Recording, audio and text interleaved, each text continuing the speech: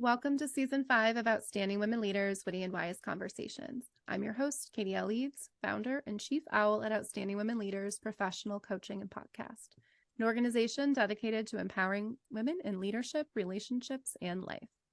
Owl is on a mission to host 100 million witty and wise conversations that inspire you, disrupt the way leaders think, and stir your soul into aligned action. That inspiration begins with a set of rules to guide our conversation. Nobody gets to be wrong. Nobody gets to be right. Everybody gets to be vulnerable. And everything is included. We do not edit here. The world is edited enough. This conversation is exactly what it needs to be in this moment in time. We've asked our guests to join us via video to allow us to create authentic connection.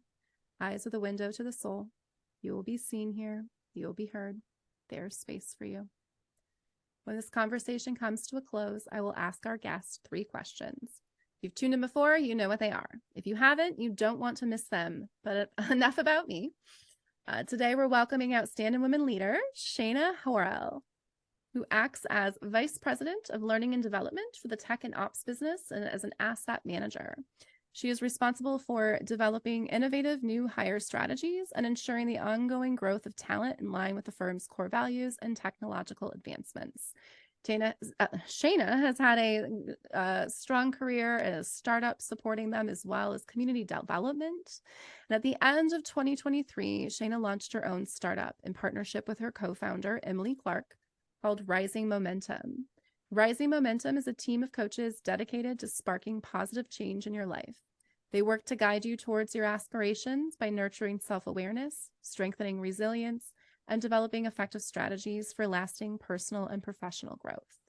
Shaina brings 15 plus years of experience navigating the corporate world, holding a BA in science from Bowling Green State University and an MBA from the University of Phoenix. Welcome to the podcast. Thank you. Excited to have you. And I am looking forward to hearing all of your thoughts on being vulnerable, being transparent, taking control of your narrative. But first, we've got to start with you. Take us back as far as you'd like to be. Oh man, And what a loaded question. You've got 15 years of experience. How do you navigate your own career and then step into helping to lead other people navigate theirs? Great question, Katie. Where to start? So, I guess first and foremost, I would say that I started my professional career during the recession of 2008. So that was a lot of fun. So I started working retail because it was pretty much the only job I could get out of college, with zero experience in the global recession, or US recession rather. So I worked for Lululemon for a few years, and then I found myself in the startup scene in Atlanta. From that startup, then I went to another startup. So I followed a friend over, and I was still trying to figure out what I wanted to do when I grew up, which I think we all are still figuring that out maybe right in this moment, but here we are. And so I started working as the executive assistant for a C-suite for the company Cordlytics, and fell into project management. And I've always been, I call myself a ninja of logistics, because if you saw my daily calendar, you'd be like, how did you get from point A to Z today? Which we can go into that later. And then I moved on to another startup, fast forward through there. And one of my favorite stories to tell is how I got to the current firm where I work. And that was, I did a build out for yet another startup. And the firm that I work for came in, and I knew they were building in Atlanta, and I wanted to be a part of that. And so I just kind of put myself out there, and I connected with the individual on LinkedIn and was like, hey, I'm confidentially looking for a new role. What you're doing, I want to be a part of. And that's how I kind of got the job, my day job. So really taking ownership of that. And then doing lots of reading, lots of self-work and self-awareness, and really just continually trying to be continually learning and growing, and then sharing my experiences with others, because I come from I guess a first generation traditional college is the way that it's referred to. So I didn't have, my parents are amazing, but I didn't have the corporate mom and dad teaching me how to navigate the corporate world, how to apply for jobs, how to apply for student loans during college, how to manage a budget. Those weren't skills that they were equipped with. And so I had to find them out on my own. And so I'm very big on once I figure something out, creating a process and a guidebook for others so they don't have to go through the same challenges. And really taking those skill sets is kind of where we are today with the launch of Rising Momentum with my good friend and business partner, Emily. Is we've been through it. We have seen individuals come in from early career and have seen their struggles. And so we are kind of taking that and teaching others so that they can avoid maybe some challenges that they don't need to face, and kind of really get on a good upward trajectory out the gate. So that's a long-winded way of answering your question. What are some of those common themes that you see among those trying to enter the corporate space for the first time and freshman year of their career, even sophomore year gets a little sticky? Mm-hmm. I think first and foremost, my biggest thing is show up on time. If you're on time, you're late. And if you're early, you're on time. So many people just showing up to job interviews, showing up the first day, just like show up on time. Like it's very like that is like the easiest in my mind. The answer would be show up on brand. I let everybody know I'm going to be late ahead of time, just like I was for this appointment. So I'm already failing at this. And I will say that I earned right. Show up on time is so important. I appreciate that you bring a spotlight to that. I just have to, as an ADHD person who was 5 minutes late to this podcast today.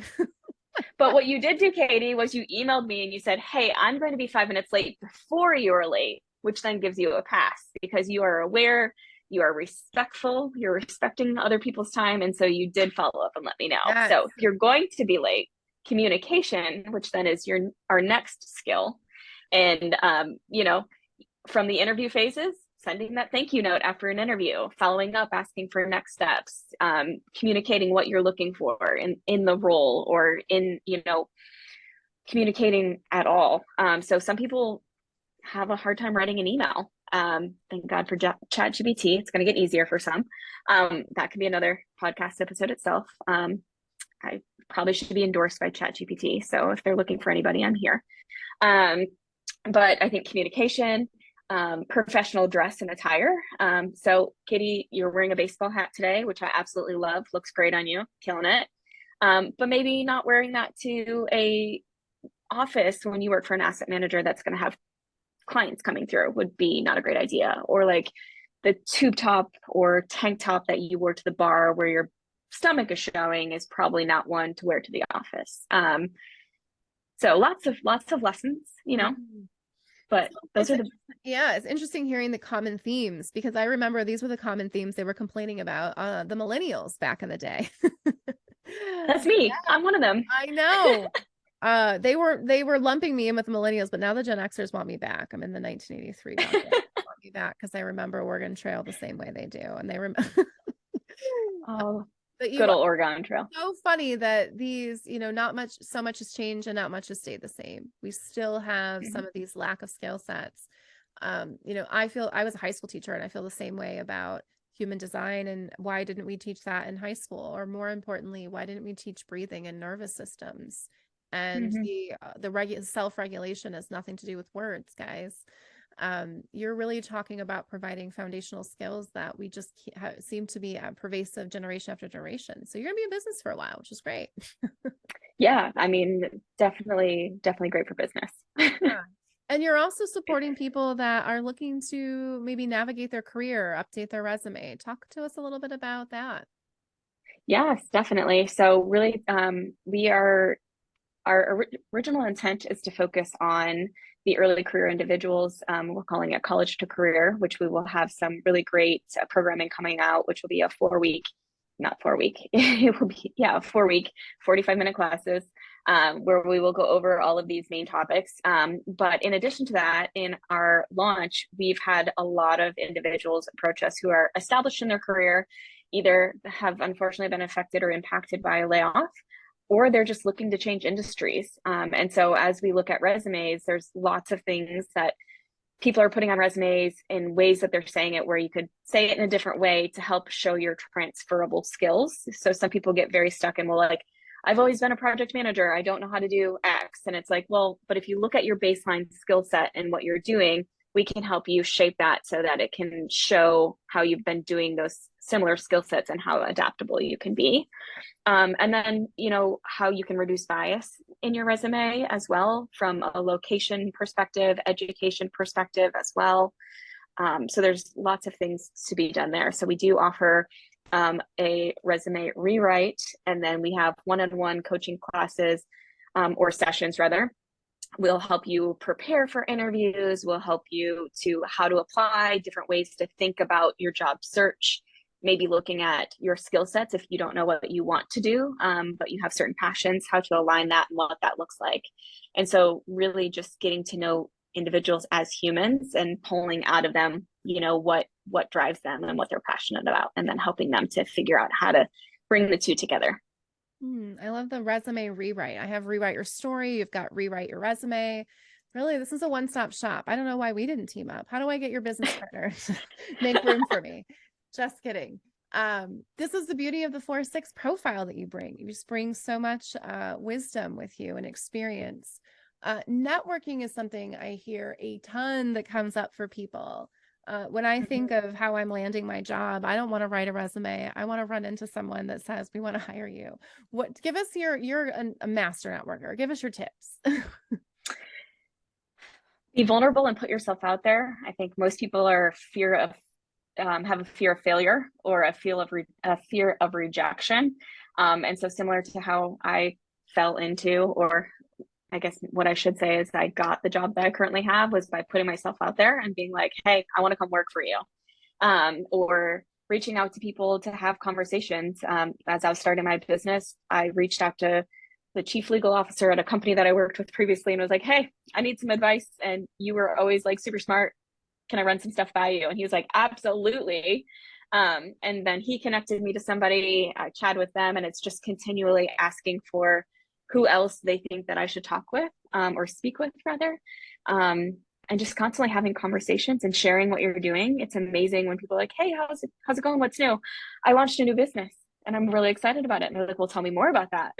So you tell them, and then they're like, oh my gosh, I know this college student, or oh my gosh, this person is making a change. And just this morning, I got a text from one of my daughter's friends' parents. It was like, I need your information. I have a friend that's going through a change and needs your help. And now we're meeting tomorrow and I have their resume in my inbox. So it's really just constantly talking about what you're excited about. And I think when you're passionate about something, it just comes super naturally. And that's kind of maybe we'll go superpower, is being my authentic self. So you're not building a business with funnels and going viral TikToks. You are just letting people know what you're up to and giving them an opportunity to respond. And it's going really well for you. I love when I hear a 4-6 in alignment with building their business. Always excites me. I'm very passionate about women building a business by understanding how their energies are designed to operate. You really can't fight energy. I think that's actually my big takeaway from hearing about you and your authentic self. I don't have any tribal energy. And so knowing that, I'm here for the collective. I'm here for what can we universalize, what needs to be mutated. I'm a heretic. I'm here to see what needs to be disrupted because what we have isn't really working. I just don't have the energies design that you do to support and uplift a tribe, which is why I'm not supposed to work in corporate. I'm supposed to support them. But that you just being you is just very revealing on what it feels like to be in around an aligned 4-6 as well. So I appreciate you sharing your energy with us. What I heard, your key to networking is that you always compliment them. You were super smart. I love your feedback. I caught that. You always start with a compliment. Always start with a compliment. That is your secret sauce. And that means that you have to know something about them to compliment. That's my favorite thing to do. So my friends make fun of me, but I lean into that. I love icebreaker questions. I want to know things about you. I actually, I want to know the weird things. I want to know what you ordered on Amazon last. I'm like, sometimes I might just be like, hey, what's going on? What's the last thing you ordered on Amazon? And then people look at you like you have two heads, but then they answer you. And then they might tell you, I ordered dog poop bags. And you're like, oh, cool. You have a dog. What kind? I have two dogs. And then next thing you know all these things about them. And I'm not a stalker, but I do know how to get information. That's in my next life. I'm going to be a private investigator because I can find things out. You might have been a private investigator in another life, for all we know. That's true. Past life, that I also ask these same icebreaker questions. I love that you share this with your networking tip, because I don't necessarily think of myself as someone you go to for networking tips, but what's your superpower has always been my go-to question. I started it in 2019. People are doing it now, so like it's not cool. I'm a trendsetter. But when you surprise somebody, when you catch them off guard, but I was doing research, what I hear is that you're doing it to learn more about them. Back to the energies. You also have the great teamwork channel. I don't have that at all. I'm here to be wise about those energies. I'm just not here to be consistent with them. So it's fun to hear your consistency around really just being here for the team. And a natural team is self-organizing, and doesn't get more self-organizing than just like knowing what your person ordered on Amazon last. That's really revealing. Let's just hope it, that doesn't land them in HR if they answer you honestly. I love it. That's a story for another day. Yeah. What is your superpower? I would say my superpower is being vulnerable, and authentic. So it could be uncomfortable for sometimes, but I'm going to give you the authentic response, whether it's hard for you to hear or for me to say, because I feel that somebody's going to learn something from that conversation on one end or the other. What is a vulnerable story that you want to share with our audience that might spark something for them? All right, Katie, are you ready? No, I think so. I have been on a journey of growth for quite an extended period of time, and I'm not great at math, but I think it was about 11 years that I was keeping a secret, that I was sexually assaulted in college. And that is something that was super hard for me and created a lot of trauma in my life. And then hiding it, and I kind of came to be what we call a mental health ambassador, for my day job. Well, one of the many roles that I play at work. And part of being that role really helped me to open up and share this experience. And in me sharing my story, at a high level, I had multiple women reach out to me and just say, thank you. Thank you for sharing that. And for me, I had been holding that for so long and didn't tell anybody, that it was just absolutely freeing. And so I think for me, that's probably the biggest one. Yeah, we're here for those experiences. And when we can share them with others, it's a reminder every time of what we're here for. Thank you for sharing. Of course. It's challenges in life make you stronger, and you got to ride the wave, and get through it. And it really teaches you a lot about resiliency, and the fact that you don't have to struggle alone. And I think that was what I wanted other people to know, is don't make my mistake of struggling alone for an extended period of time, when we are all out here to support you. What do you find is the hardest part about being honest and vulnerable when things happen? I think, for generally speaking, I think people are afraid of judgment.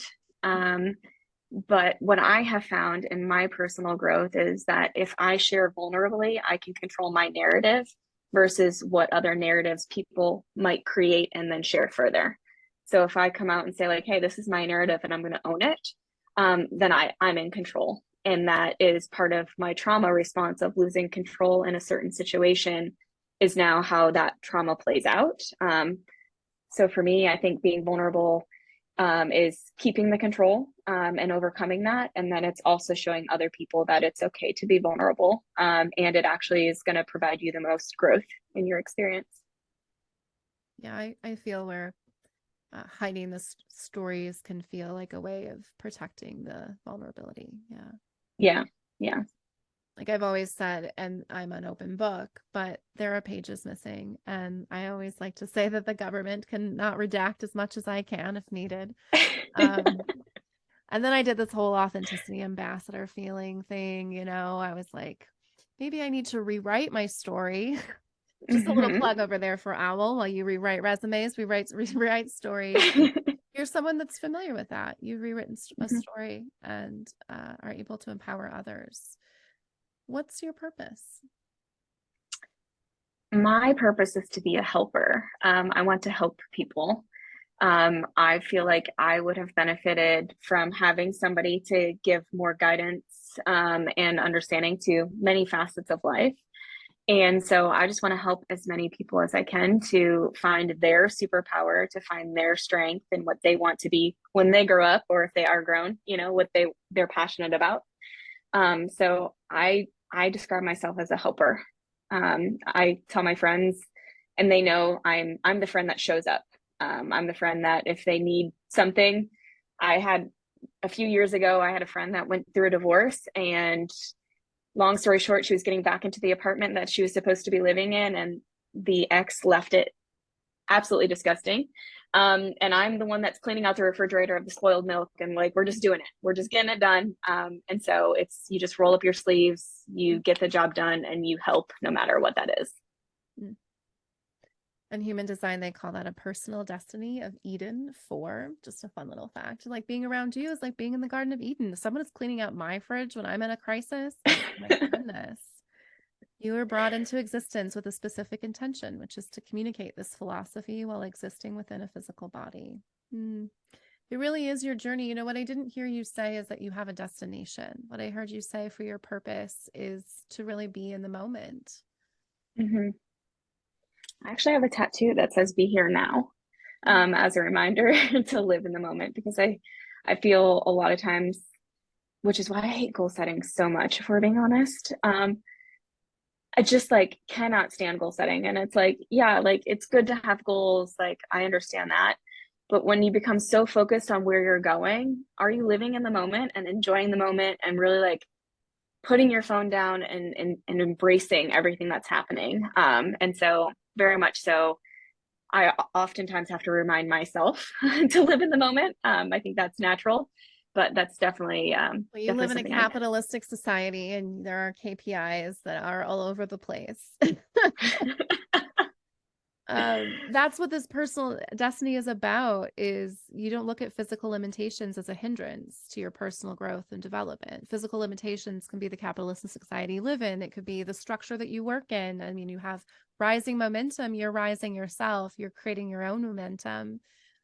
What I love about your lack of human design knowledge, which means I've just nailed this conversation, is because it just like weaves so nicely, is that you have no idea. But what you're saying with rising momentum is exactly this. Like you're always rising, you're always having momentum, which means you're always moving forward. It's a spiral always up, moving forward. right? It doesn't have to necessarily be goal driven. I think that's very inspiring, for particularly for the 4-6 profile, where all of you are just here for experience. We were all here for experience. Nobody said, I'd like to go to Earth School for goals. Just did a whole podcast on that. As I wrap up my soapbox here, my last question is, what's next for you? A great question. I don't know, because I didn't set goals. Just kidding. Is it Portugal with me on a stage talking about your story? It might be. I am now very intrigued by this, and also have a very hard time saying no.